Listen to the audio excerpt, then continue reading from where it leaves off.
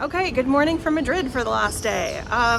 We have this plan of getting up in the morning and getting pastries from like a regular bakery for me and for a gluten-free bakery for Erin.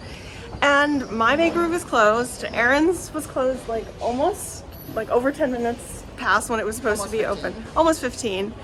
They didn't have real pastries really, but they had pie. So this is where we're at, pastries at a zero, but we're gonna go get our bags and start making our way to the train and then eventually to the airport to fly to Boston.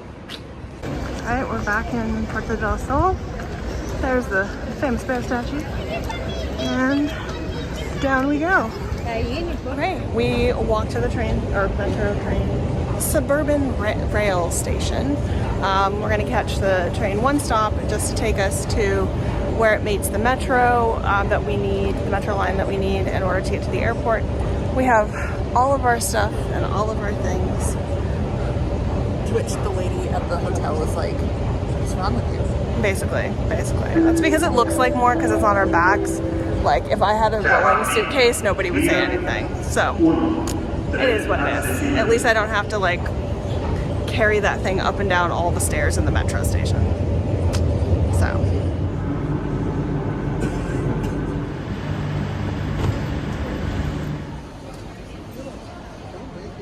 the airport's been an adventure.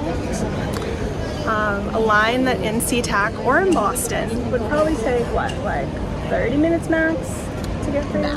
Max.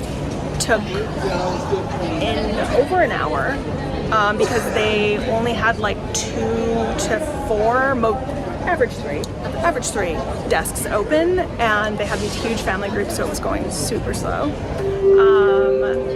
Then they decided that I had a Nintendo when we were going through security, and they would not take no for an answer on the Nintendo, so she tore my entire bag apart and then left it just like everywhere on the table, and I had to repack it.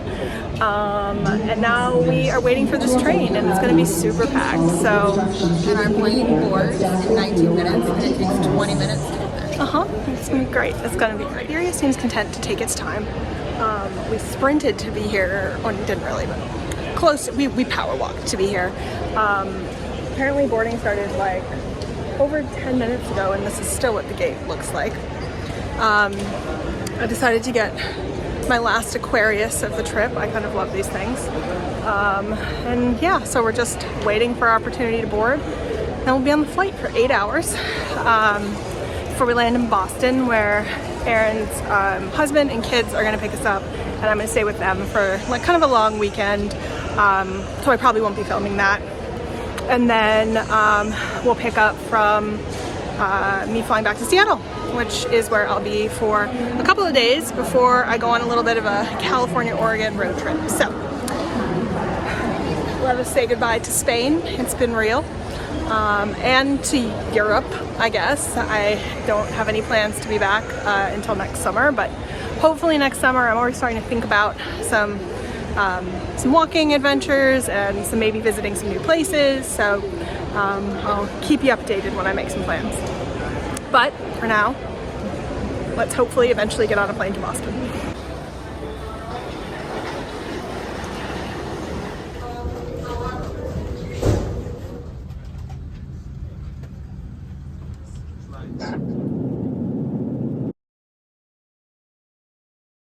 We made it to Boston! We're in this like never-ending hallway now, trying to get through passport control.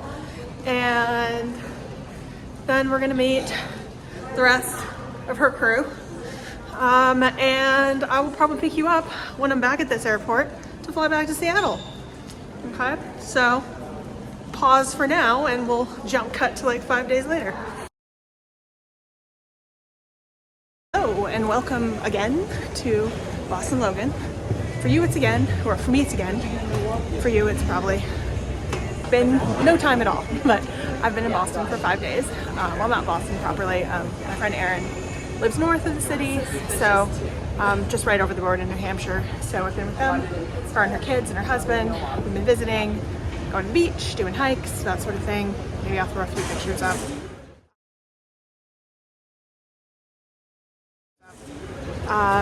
But now I'm going to continue my journey back to Seattle. Contrary to the Madrid airport, check-in took me all of 5 seconds. Printed my bag tag. I checked in online and all that stuff, which I did in Madrid as well. Printed my bag tag, walked right up to the gate agent, handed her my bag. She asked me to show ID. I just literally flashed my passport. She's like, cool, is your final destination Seattle? And I was like, yes. She was like, great, you're good to go. It took under 5 minutes. Why? Why was this not Madrid? Like, look at that. I've walked to my gate. I know that exists. I am one of those people. It's like 9:30. Boarding doesn't start until like the left or 10:30, and I don't have access to any lounges in this part of the airport.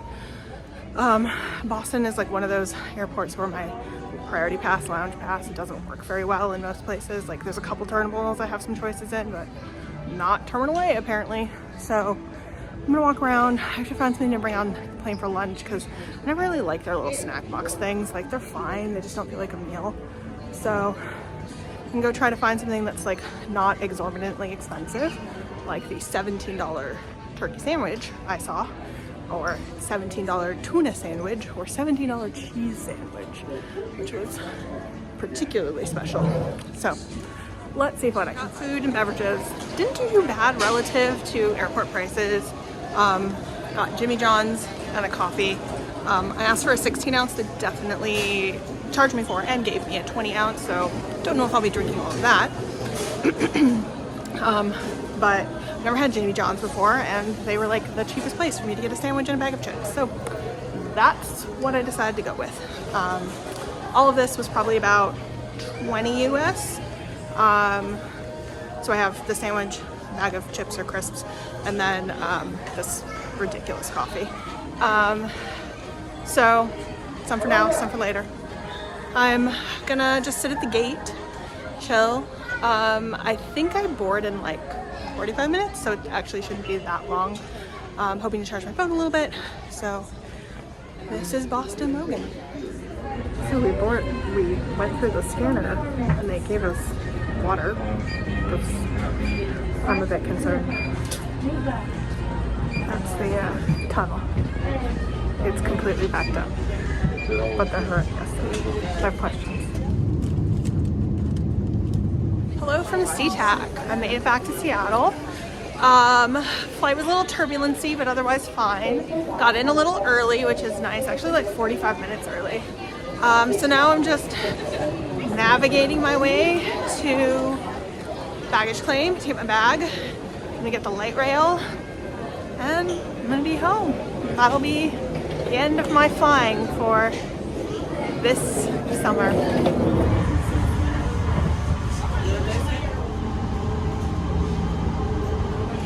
Well, I made it to Northgate, so I'm gonna walk to my house. It's like probably be about 15-20 minutes, and then I'll be home from all of my various faraway travels.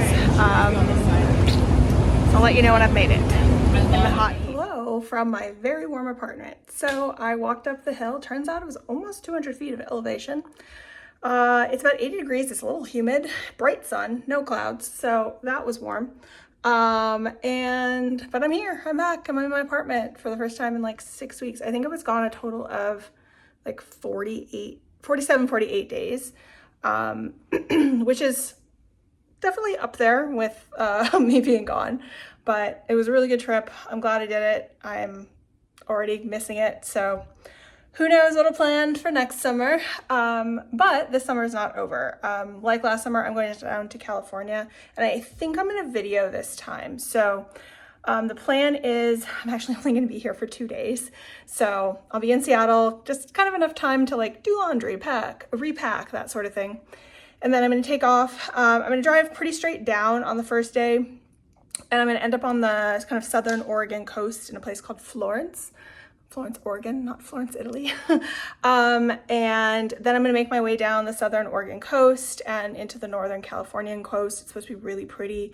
I'm hoping to stop and see some redwoods along the way before I kind of make it to San Francisco, which is kind of as far south as I'm gonna go. I'm actually going to visit some friends. So I'm not going to be videoing while I'm in San Francisco for a whole bunch of reasons, but mostly because they have small kids and I'm not going to put their small kids in my videos. So we'll kind of skip that part. It'll be like me arriving in San Francisco and then me departing San Francisco. And then on the way north, I'm going to drive more interior, go through Central Oregon, and I'm going to stop at Crater Lake for a little bit. I've never been, and I've never been to the Redwoods either. So there will be very short stays, not like extensive multi-day national park explorations, but hoping to see a couple of national parks, to see a few things along the way. And then I'm headed to the kind of Oregon-Washington border, the Columbia River. And I'm gonna be camping for 3 days with some friends of mine there. I'll probably shoot a little bit there. We'll see how they feel about being in the video. Might just be kind of me cutting them out. And I don't really know what we're gonna do. Usually we just hang out a little bit. It's usually really pretty though, because we're in nature, so I'll show you a little bit of that. And then I'll be back up in Seattle for the summer. Like, I'll be starting back at work soon, like after I get back from this road trip. So I think my total days in Seattle from when work braked for the summer and when it resumes for the summer is 9 days, which is, I think, 2 more than last summer. So, but I don't know, this is what makes me happy. This is kind of what refills my cup to do the work that I do. If you don't know, I'm a secondary school teacher. So it's a lot of output to do a career like that. And, you know, it's a thing I've chosen, but it's also something that you need to make sure that you're taking care of yourself while doing, because you can burn out really, really quickly. So that's what I'm doing. That's what all these summer adventures are, is refilling the cup so I don't burn out.